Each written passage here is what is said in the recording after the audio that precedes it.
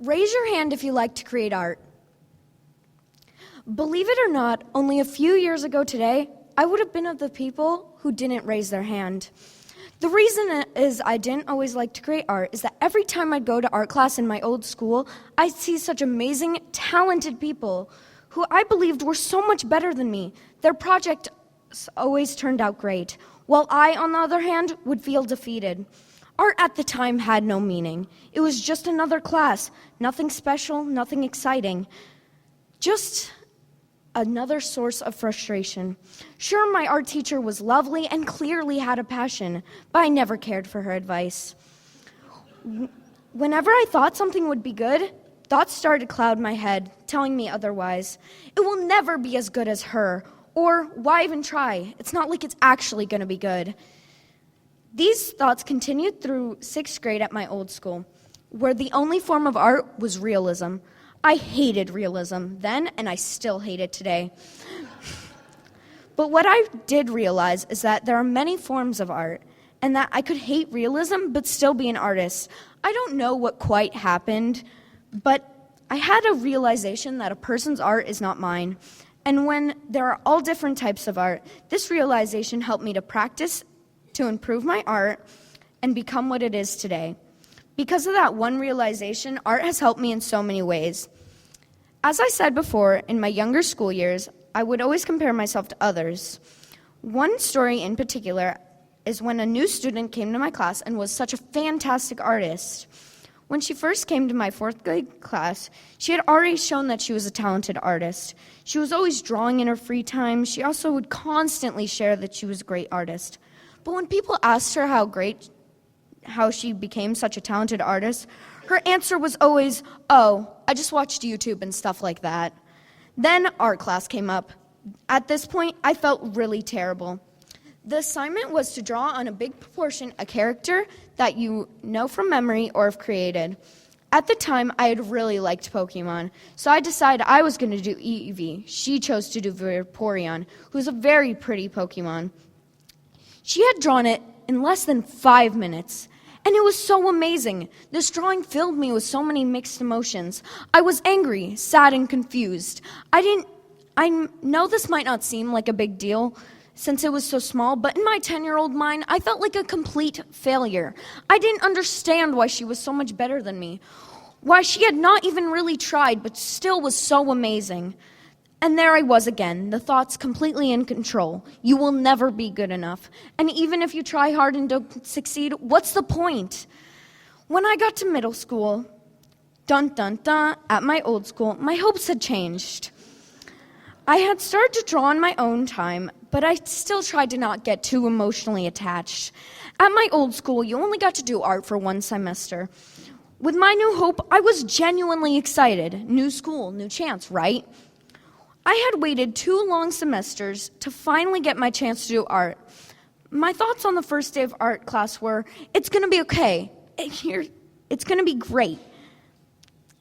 I'm sure I was nervous, but I also had a newfound excitement. I walked into class, put my stuff away, and the first things I noticed were many drawings of bugs, color scales, and cups full of different shades of pencils, and the teacher's desk right in front of the room with 2 tables on the side. I sat next to some friends and waited. We jumped right into our first assignment. We had to draw a ball and shade it in to where the lighting and shading would be. This was very easy for everyone else, but it took me a few tries. This was just the first assignment. How could I have already messed up, was the first thought in my head. After that, I still tried to be positive.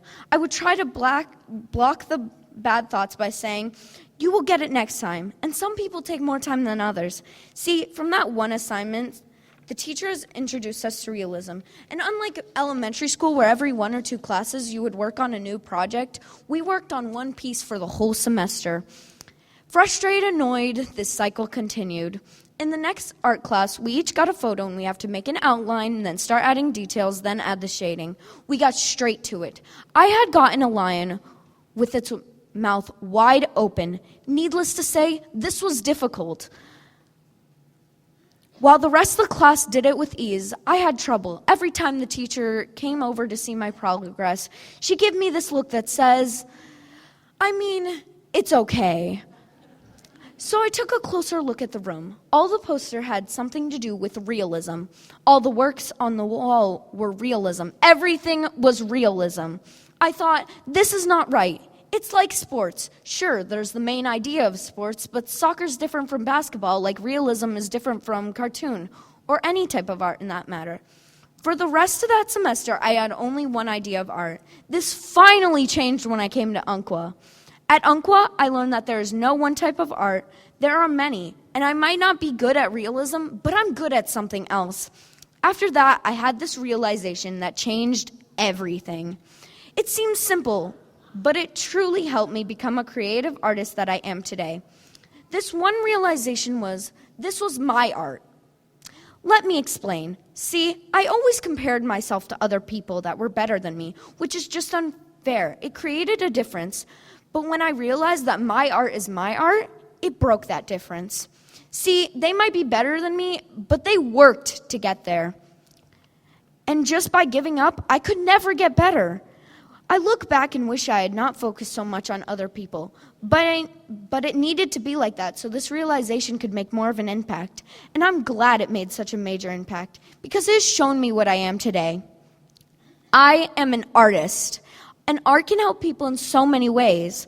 It has helped me work through my problems, connect me with characters, and just have an outlet. To be honest, it was really hard to work through my problems, but now I know I can draw something sad when I feel sad, or draw something scary when I feel mad. Another thing is I used to really get into shows or movies, and when they would end, I would go through this really weird phase where I drew the characters over and over and over. I guess it was my way of just keeping it alive. I used art as my outlet, and everyone can. All it takes is an open mind to make a realization that you can change the world. To conclude, I would like all of you not to compare yourself to other people. It will just hold you back. Everyone can do great things. Sure, there might have been obstacles in my way, but those obstacles truly helped me. But that's the thing. You will always have obstacles and things in your way, no matter it is what you want to do. Whether it be soccer, basketball, writing, singing, or acting, it's all about how you overcome those obstacles.